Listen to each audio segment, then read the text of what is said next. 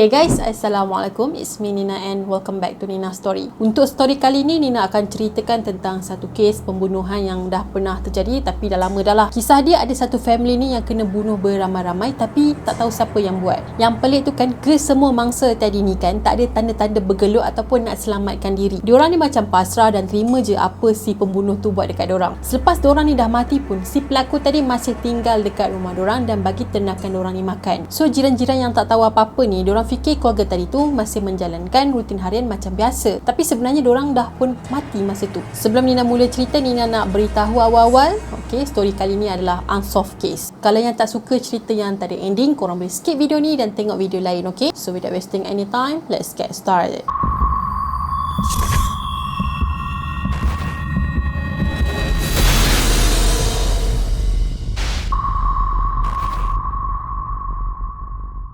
Kejadian pembunuhan beramai-ramai ini terjadi pada 31 Mac 1922 di Jerman. Mangsa dalam kejadian ini adalah satu family yang seramai 5 orang, iaitu sepasang suami isteri, Andreas Gruber 63 dan Kezia 72 tahun, anak perempuan diorang yang merupakan seorang janda bernama Victoria 35 tahun dan 2 orang anak dia yang bernama Kezia juga 7 tahun dan juga Joseph 2 tahun. Mangsa yang ke-6 pula adalah maid diorang sendiri ataupun orang gaji diorang lah yang bernama Maria berusia 44 tahun. Sampai ke hari ni, even dah berdekat-dekat kejadian ni berlaku kan, tak ada siapa pun yang tahu siapakah pelaku yang sebenar. Seminggu sebelum kejadian ni terjadi, Gruber ni telah terjumpa sesuatu yang pelik dan mencurigakan dekat ladang dia. Dia terjumpa ada tapak kaki dari hutan menghala ke arah rumah dia. Tapi bila dia follow bekas tapak kaki ataupun jejak tu kan, dia tak jumpa apa-apa langsung. Kiranya makin lama bekas tapak kaki tu dia hilang macam tu je. Walaupun benda ni mencurigakan, mungkin bekas tapak kaki tu pencuri ke, perompak ke apa kan. Tapi kan si Gruber ni memang tak pernah buat report polis langsung. Sebab bagi dia, kawasan yang dia tinggal tu adalah tenang dan selamat dari perbuatan jenayah. Lagipun diorang ni memang tinggal jauh dari kawasan bandar dan rumah diorang sendiri pun dekat tepi hutan. Sebelum diorang semua ni kena bunuh kan, sebenarnya dah ada beberapa kejadian pelik yang terjadi dekat ladang diorang. So benda ni adalah petanda awal sebelum kejadian ngeri ni terjadi. 6 bulan sebelum kejadian ni, maid dia telah berhenti kerja sebabnya dia fikir rumah diorang ni berhantu. Maid dia pernah dengar bunyi sesuatu datang daripada loteng rumah dan dia juga pernah dengar macam ada orang berbisik, tapi ya memang tak ada orang pun. Jadi takut punya pasal, maid dia pun berhenti kerja dari situ. Kemudian pada Mac 1922, Gruber ni terjumpa newspaper dari Munich dekat ladang dia. Yang dia pelik tu, dia tak pernah langgan tahu surat khabar ni dari Munich. So dia pun terfikirlah mungkin postman ni tertinggal surat khabar tu dekat ladang dia ataupun apa-apalah kan. Bila dia cerita pasal surat khabar tadi dekat jiran-jiran dia kan, dan diorang ni pun cakap diorang pun tak pernah melanggan newspaper yang sama. So memang Gruber tak tahulah siapa punya surat khabar tadi. Selepas dia terjumpa surat khabar tu kan, barulah dia terjumpa tapak kaki yang dari hutan menghala ke rumah dia tu. Bukan tu je, Gruber ni juga selalulah cerita dekat kawan-kawan dia, jiran-jiran dia tentang benda-benda pelik yang terjadi dekat rumah dia. Dia pernah dengar bunyi tapak kaki dekat atas loteng rumah dia, tapi bila dia pergi siasat, dia pergi tengok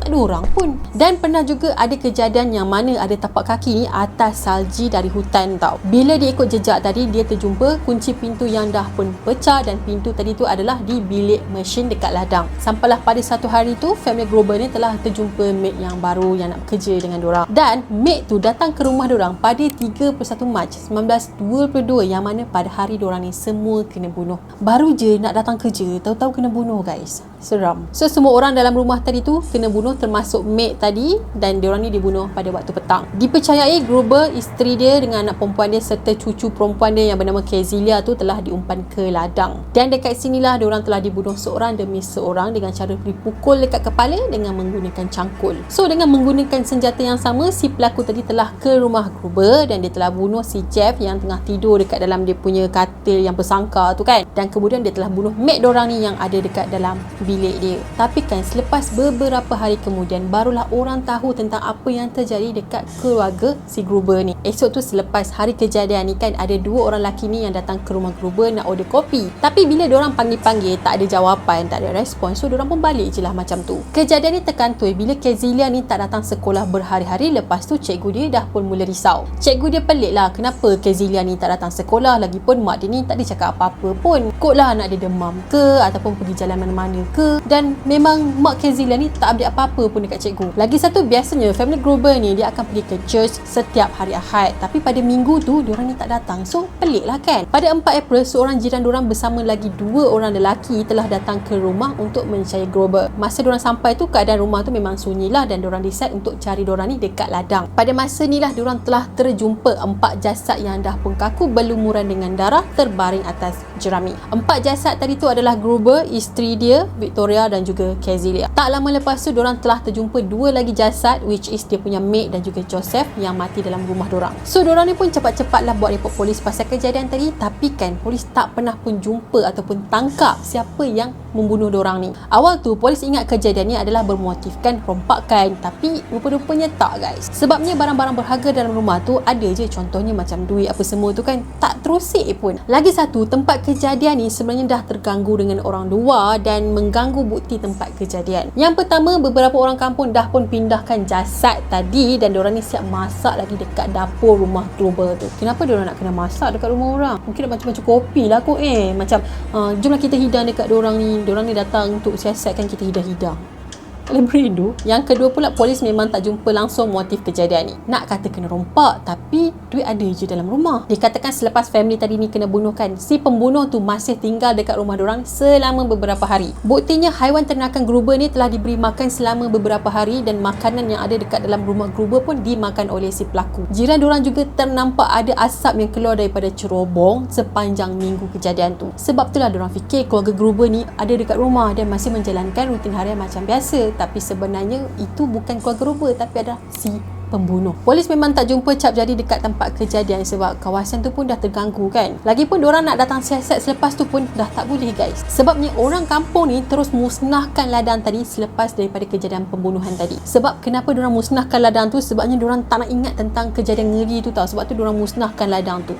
Padahal kes tu masih lagi dalam siasatan. Masa autopsi dibuat, diorang telah sahkan Kezilia iaitu cucu kepada Grover ni kan masih lagi hidup selepas serangan tadi. Dia sempat tarik rambut dia ni bergumpal-gumpal dan kemudian dia telah menghembuskan nafas dia yang terakhir. So adalah beberapa suspek yang berkemungkinan besar terlibat dalam kejadian ni. Suspek utama dalam kes ni maybe bekas suami kepada Victoria yang telah meninggal dunia semasa Perang Dunia Pertama dulu. Tapi dikatakan sebenarnya dia tak mati lagi. Lagipun jasad dia tak pernah dijumpai, walaupun kawan-kawan dia sendiri saksi dan cakap yang diorang nampak dia dah pun mati depan diorang. Kiranya bekas suami dia tu datang ke situ untuk balas dendam lah. Pada tahun 1914 dulu dikatakan Grover dengan anak dia Victoria ni telah kena penjara sebabnya sumbang mahram. Jadi Grover ni telah dijatuhkan hukuman penjara selama setahun, manakala anak dia pula kena penjara selama sebulan. So pada tahun 1914, pada tahun yang sama ni juga dikatakan suami Victoria yang bernama Carl ni telah pun meninggal di Perancis. Kemudian pada tahun depan tu, pada tahun 1915, Kezilia telah dilahirkan dan Joseph